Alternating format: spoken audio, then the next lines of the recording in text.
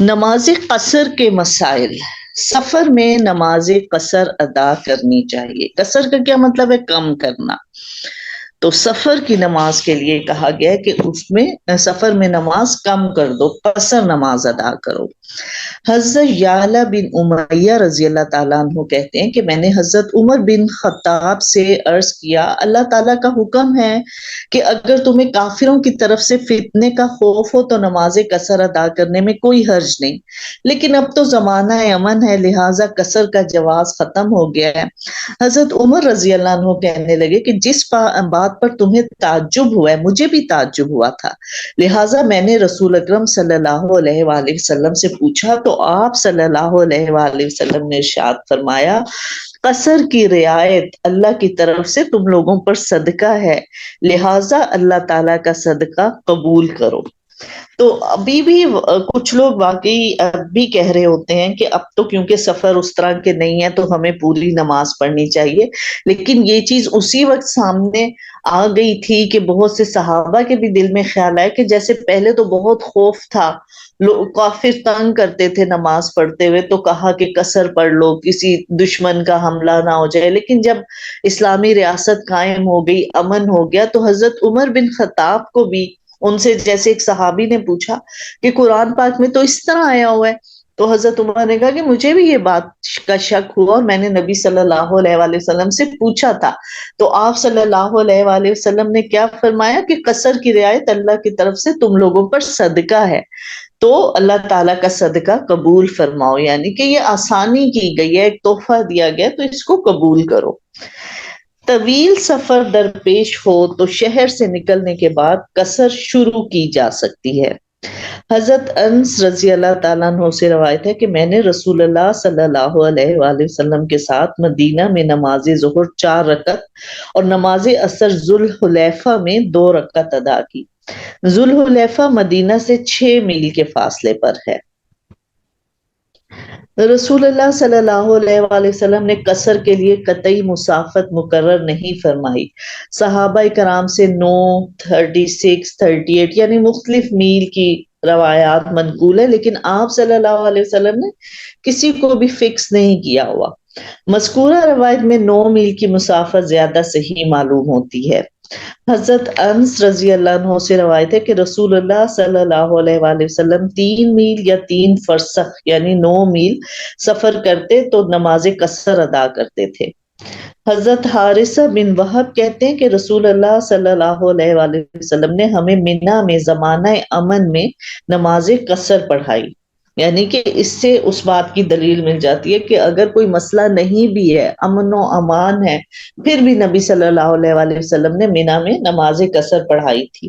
اور وہ ظاہر جماعت کے ساتھ بھی انہوں نے پڑھائی تھی۔ حضرت عبداللہ بن عمر اور عبداللہ بن عباس 4 بر یعنی 48 میل پر قصر کرتے اور روزہ بھی ترک کر دیتے تھے۔ قصر کے لیے قطعی مدت بھی رسول اللہ صلی اللہ علیہ وآلہ وسلم نے مقرر نہیں فرمائی۔ صحابہ کرام سے 15 اور 19 دن کی روایات منقول ہیں، اور ان میں سے زیادہ 19 کی کہہ رہے ہیں کہ صحیح ہے۔ بہرحال نبی صلی اللہ علیہ وآلہ وسلم نے دنوں کو بھی فکس نہیں کیا۔ ہاں، کہاں سے انہوں نے یہ دلیل لی ہے کہ جب رسول اللہ صلی اللہ علیہ وسلم اپنے سفر کے دوران ایک ہی جگہ آپ نے 19 دن قیام فرمایا تو نماز قصر ادا فرمائی، لہٰذا صحابی کہتے کہ ہم جب 19 یوم ٹھہرتے ہیں تو قصر نماز ادا کر لیتے ہیں، لیکن جب 19 دن سے زیادہ قیام ہوتا ہے تو ہم پوری نماز ادا کر لیتے ہیں۔ سفر کی حالت میں ظہر اور عصر یا مغرب اور عشاء کی نمازیں جمع کرنی جائز ہیں۔ ظہر کے وقت سفر شروع کرنا ہو تو ظہر اور عصر کی نمازیں ظہر کے وقت اکٹھی کی جا سکتی ہیں، اور اگر ظہر سے قبل سفر شروع کرنا ہو تو ظہر کی نماز مؤخر کر کے عصر کے وقت دونوں نمازیں اکٹھی پڑھنی جائز ہیں۔ اسی طرح مغرب اور عشاء کی نمازیں اکٹھی کی جا سکتی ہیں۔ حضرت معاذ بن جبل رضی اللہ عنہ فرماتے کہ غزوہ تبوک کے موقع پر اگر سفر شروع کرنے سے پہلے سورج ڈھل جاتا تو نبی اکرم صلی اللہ علیہ وآلہ وسلم نماز ظہر اور عصر اسی وقت جمع فرما لیتے، اور اگر سورج ڈھلنے سے پہلے سفر کا ارادہ ہوتا تو نماز ظہر مؤخر کر کے نماز عصر کے وقت دونوں نمازیں ادا فرما لیتے تھے۔ اسی طرح نماز مغرب ادا فرماتے، یعنی اگر سفر شروع کرنے سے پہلے سورج غروب ہو جاتا تو مغرب اور عشاء اسی وقت جمع فرما لیتے، اور اگر سورج غروب ہونے سے پہلے سفر فرماتے تو نماز مغرب کو مؤخر کر کے عشاء کے وقت دونوں جماعتیں اکٹھا پڑھ لیتے تھے۔ یعنی کہ کیا بتایا جا رہا ہے کہ سفر میں اس کی اجازت ہے کہ اگر جیسے آپ نے ظہر کے ٹائم پہ سفر شروع کرنا ہے اور پتہ چل رہا ہے کہ عصر کا وقت بھی ہمارا سفر میں گزر جائے گا تو ظہر کے وقت ہی عصر کو پڑھ لیتے تھے، دونوں نمازوں کو اکٹھا کر لیتے تھے، یا اگر ظہر سے پہلے نکل رہے ہیں تو پھر ظہر کی نماز کا ٹائم ظاہر ہے راستے میں آ جائے گا اور ایک دم قیام کرنا مشکل لگ رہا ہوتا ہے، تو ظہر کے وقت ہی ظہر کے وقت کو عصر کے ساتھ پڑھ لیتے تھے، ظہر کو مؤخر کر لیتے تھے اور عصر کے ساتھ پڑھتے تھے۔ اسی طرح مغرب اور عشاء کہ اگر مغرب کے وقت میں سفر شروع ہو رہا ہے اور عشاء کا وقت پتہ ہے کہ سفر میں چلا جائے گا تو پھر مغرب کے ساتھ ہی عشاء پڑھ لیتے تھے، لیکن اگر مغرب سے پہلے سفر شروع کر لیا ہے اور پتہ چل رہا ہے کہ راستے میں مغرب ہو جائے گی تو پھر مغرب کو مؤخر کر کے عشاء کے ساتھ پڑھ لیتے تھے۔ تو یہ چیز بتائی جا رہی ہے کہ سفر میں آپ اس طریقے سے کر سکتے ہیں، آسانی لے سکتے ہیں اپنے لیے۔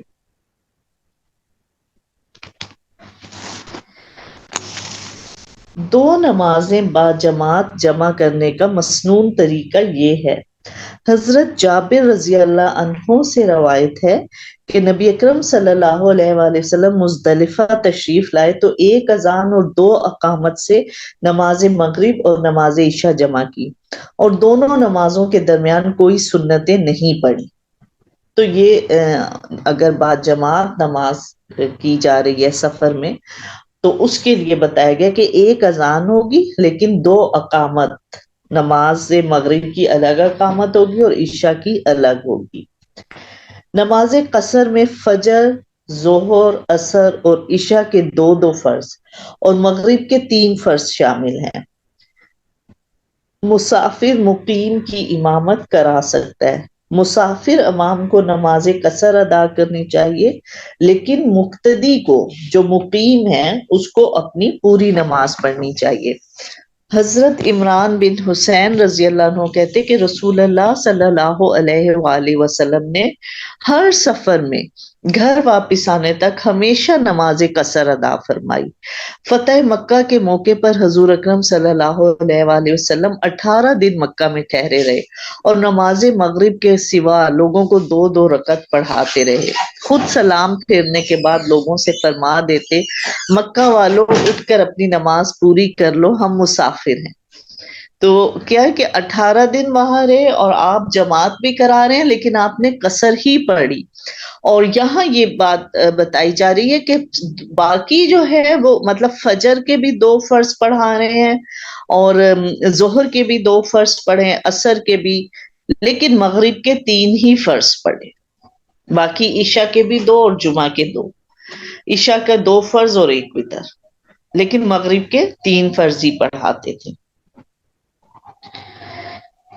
سفینہ یعنی کشتی، بحری جہاز، ہوائی جہاز، ریل گاڑی وغیرہ میں فرض نماز ادا کرنا جائز ہے۔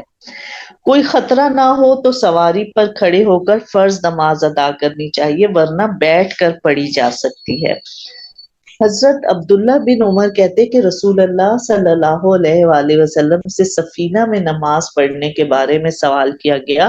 تو آپ صلی اللہ علیہ وآلہ وسلم نے ارشاد فرمایا کہ اگر ڈوبنے کا خطرہ نہ ہو تو کھڑے ہو کر نماز پڑھو، یعنی کہ اگر سواری میں گرنے کا خطرہ نہیں ہے، کوئی جھٹکا نہیں لگ رہا تو کھڑے ہو کر نماز پڑھنی چاہیے، لیکن اگر کوئی خطرہ ہے تو پھر بیٹھ کر پڑھ لیں۔ سنتیں اور نوافل سواری پر بیٹھ کر ادا کیے جا سکتے ہیں۔ نماز شروع کرنے سے پہلے سواری کا رخ قبلہ کی طرف کر لینا چاہیے، بعد میں خواہ کسی طرف بھی ہو جائے۔ دوران سفر اگر سواری کا رخ قبلہ کی طرف کرنا ممکن نہ ہو تو جس رخ پر ہو اسی رخ پر نماز ادا کر لینی چاہیے۔ حضرت انس بن مالک کہتے ہیں کہ جب رسول اللہ صلی اللہ علیہ وآلہ وسلم سواری پر نفل پڑھنے کا ارادہ فرماتے تو اسے قبلہ رخ کر کے نیت باندھ لیتے تھے، پھر سواری جدھر جاتی اسے جانے دیتے اور نماز پڑھ لیتے تھے۔ تو آج کل تو ممکن نہیں ہے، ظاہر ہے اگر کوئی ٹرین میں بیٹھا وہ جس طرف جا رہی ہے ٹرین اس کا رخ تو نہیں کر سکتے نا چین، یا اگر پلین میں سفر کر رہے ہیں تو پھر ممکن ہی نہیں ہے، تو پھر جس طرف بھی ہو اسی سائڈ پہ منہ کر کے نماز پڑھ لینی چاہیے۔ سفر میں دو آدمی بھی ہوں تو انہیں اذان کہہ کر باجماعت نماز ادا پڑھنی چاہیے۔ اس سے پتہ چلتا ہے باجماعت نماز کی کتنی اہمیت ہے نا، کہ سفر میں کہا ہے کہ اگر دو آدمی بھی ہوں وہ بھی جماعت کے ساتھ نماز پڑھیں۔ دو آدمی جو سفر پر جانے کا ارادہ رکھتے تھے رسول اکرم صلی اللہ علیہ وآلہ وسلم کی خدمت میں حاضر ہوئے آپ صلی اللہ علیہ وسلم نے انہیں فرمایا جب تم دونوں سفر کے لیے نکلو تو نماز کے وقت اذان کہنا، پھر اقامت کہنا، پھر تم دونوں میں سے جو بڑا ہو وہ امامت کرائے۔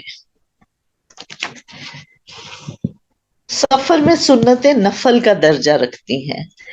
حضرت حفص رضی اللہ عنہ سے روایت ہے کہ حضرت عبداللہ بن عمر منا میں نماز قصر ادا کرتے اور اپنے بستر پر آ جاتے تو حضرت حفص رضی اللہ تعالیٰ عنہ نے کہا چچا جان اگر آپ نماز قصر کے بعد 2 رکعت سنت بھی ادا فرما لیتے تو کتنا اچھا ہوتا۔ عبداللہ بن عمر نے فرمایا اگر مجھے سنتیں ادا کرنا ہوتی تو میں فرض پورے کرتا۔ یعنی کہ اس سے انہوں نے کیا بتایا کہ دیکھیں جب ہم فرض ہی پورے نہیں کر رہے، فرض کو بھی ہم نے ادا کر دیا تو سنتیں تو پھر وہ نفل کے درجے میں چلی گئی نا، کہ اب ان کے پڑھنے کا کوئی جواز نہیں ہے، کہ جب فرض کو بھی ادا کر دیا تو پھر سنتیں کس لیے پڑھے۔ مسافر مقتدی کو مقیم امام کے پیچھے پوری نماز ادا کرنی چاہیے۔ حضرت نافع سے روایت ہے کہ عبداللہ بن عمر مکہ مکرمہ میں 10 رات ٹھہرے اور قصر نماز ادا کرتے رہے مگر جب امام کے پیچھے پڑھتے تو پوری پڑھتے۔ اچھا، یعنی کہ امام جو ہے اگر مقیم ہے اور انسان کوئی سفر مسافر وہاں گیا ہے، اب وہ وہاں پر مقیم امام کے پیچھے پڑھ رہے نماز تو وہ پھر پوری ہی نماز پڑھے گا۔ لیکن پہلے ہم نے کیا پڑھا تھا کہ مسافر امام ہے، یعنی نبی صلی اللہ علیہ وسلم سفر میں تھے اور امامت کروا رہے تھے تو آپ صلی اللہ علیہ وسلم آدھی ہی نماز پڑھتے تھے، خود قصر نماز پڑھ لیتے تھے اور باقی لوگوں کو کہتے تھے کہ آپ اپنی نماز کو پورا کر لو کیونکہ ہم تو مسافر ہیں۔ لیکن یہاں یہ بتایا جا رہا ہے کہ اگر امام مقیم ہے اور مسافر اس کے پیچھے نماز پڑھ رہا ہے تو پھر مسافر امام کے پیچھے پوری نماز پڑھے گا۔